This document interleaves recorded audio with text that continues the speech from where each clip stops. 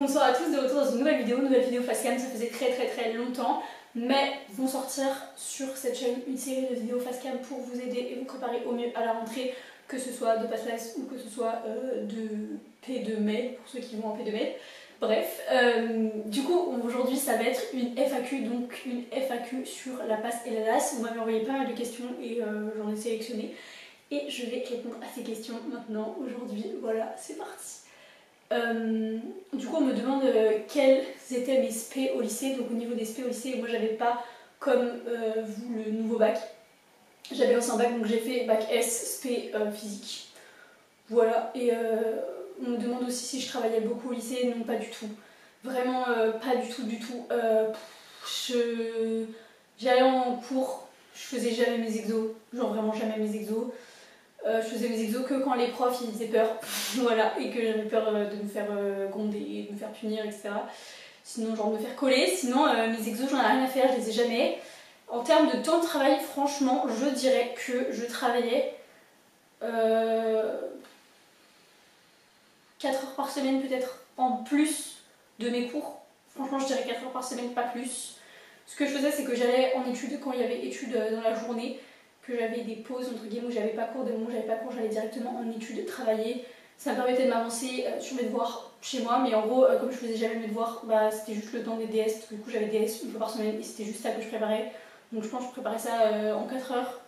Et c'est tout quoi, peut-être un peu plus des fois aussi. Il y avait des semaines où on avait des contrôles en plus, des gros DS ou quoi, mais franchement, je travaillais jamais, mais jamais plus de 1 à 2 heures le soir après les cours en rentrant chez moi, genre jamais plus que ça. Et le week-end, par principe, je n'ouvrais pas mes cours.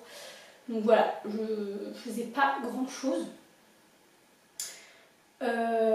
Ensuite, comment est-ce que je gérais le stress et comment est-ce que je gérais la pression? Eh bien, je ne sais pas faire. Voilà, je suis très nulle, mais alors très nulle pour gérer le stress et la pression. Vraiment, j'y arrive pas du tout. Donc c'est une question très pertinente. Je vous laisserai y répondre en commentaire parce que je n'ai pas d'astuce. Voilà, je n'ai pas d'astuce. Je pourrais éventuellement dire de faire de la méditation, des choses comme ça. Pour moi ça marche pas, après à voir sur le long terme, mais vraiment j'ai rien à dire là-dessus parce que je suis nulle. Donc n'hésitez pas en commentaire à répondre à cette question, à donner vos meilleures astuces pour mieux gérer le stress et la pression. Ensuite, qu'est-ce que je faisais pendant mes pauses? Bah, pas grand chose en fait en général, juste j'allais me balader dehors, ou si je suis à la BE, je parlais avec mes potes, on va en pause ensemble et tout. Voilà, vraiment pendant les pauses, je sais pas trop aller sur mon téléphone parce que sinon j'ai tendance à scroller, à rester des heures, mais juste je fais tout sauf travailler, enfin sinon je mange, ou je sais pas, voilà. Comment on garde la motivation tous les jours? Alors, il faut savoir que la motivation c'est quelque chose de temporaire.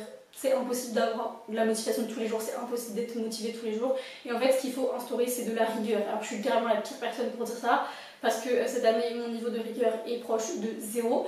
Mais vraiment, le truc qui va vous aider à réussir et vous aider à tenir sur le long terme, c'est la rigueur. Donc, soyez rigoureux, imposez-vous des horaires, imposez-vous des temps de travail, des choses à respecter, et voilà, parce que sinon c'est juste pas possible. La motivation elle sera pas là tous les jours, elle sera là que ponctuellement, que parfois. Donc si vous voulez tenir, la rigueur c'est la clé. Est-ce que c'est plus accessible la LAS 2 pour accéder à la passe plutôt que, enfin pour accéder à la P2 que la passe ou la LAS 1? Oui, absolument, parce que les numérus sont plus grands. Après, dans les facs où il n'y a que des LAS 1, forcément les places de passe et de LAS 1 sont regroupées, donc vous avez un plus grand numérus. Mais même normalement en termes de proportionnalité, si tu regardes en termes de proportionnalité, nous, il y avait 900 personnes, mon année je crois en passe, pour 90 places à peu près, un truc comme ça, et en LAS 2, il y avait 60 places pour 300 personnes. Donc en gros, au niveau du numéro, ça fait le double, ça fait 20%, alors qu'en passe là c'était 10%.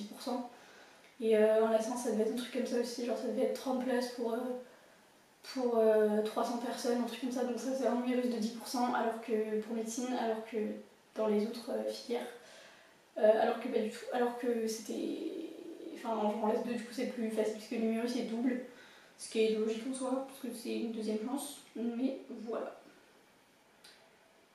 Après, au niveau des fournitures scolaires, bien, en fait, il n'y en a pas. Enfin, genre juste ayant un ordi, des fluos, si vous surlignez et vous imprimez vos feuilles, mais genre un ordi ou une tablette pour prendre en note. Si vous voulez prendre en note à la main, bah, un stylo et des feuilles pour prendre en note à la main.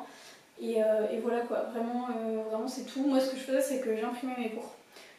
En passe on avait les polis, donc je suis revenue sur les polis, mais en masse il n'y avait pas ça, du coup j'imprimais mes cours.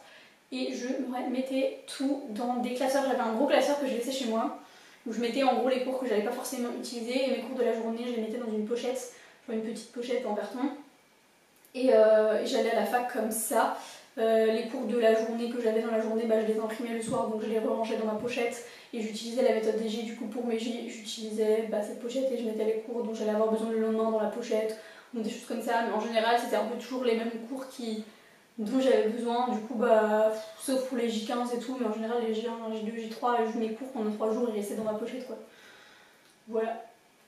Est-ce que j'ai préféré la passe ou est-ce que j'ai préféré la LAS? J'ai préféré ma passe, honnêtement, j'ai pas très bien vécu ma LAS 2, vraiment pas même.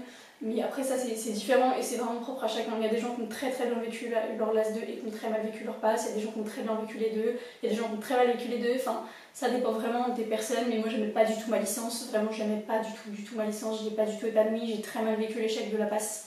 Donc en LAS pardon, j'étais vraiment au bout de ma vie. Alors qu'en passe, en plus en LAS, je détestais, je l'ai dit, je détestais ma licence, donc je détestais les matières, je détestais ce que je faisais. Alors qu'en passe, j'aimais trop les cours, vraiment j'aimais trop les cours, j'étais trop contente de travailler, j'étais trop contente d'être devant le bureau tous les jours. Oui, des fois j'en avais marre, mais en vrai j'étais quand même hyper contente d'être là, ce qui n'était pas du tout le cas en LAS. Pour un emploi du temps type de ma LAS 2, j'ai déjà fait une vidéo dessus, donc je vais vous renvoyer plutôt vers ça, parce que ce serait trop long à détailler.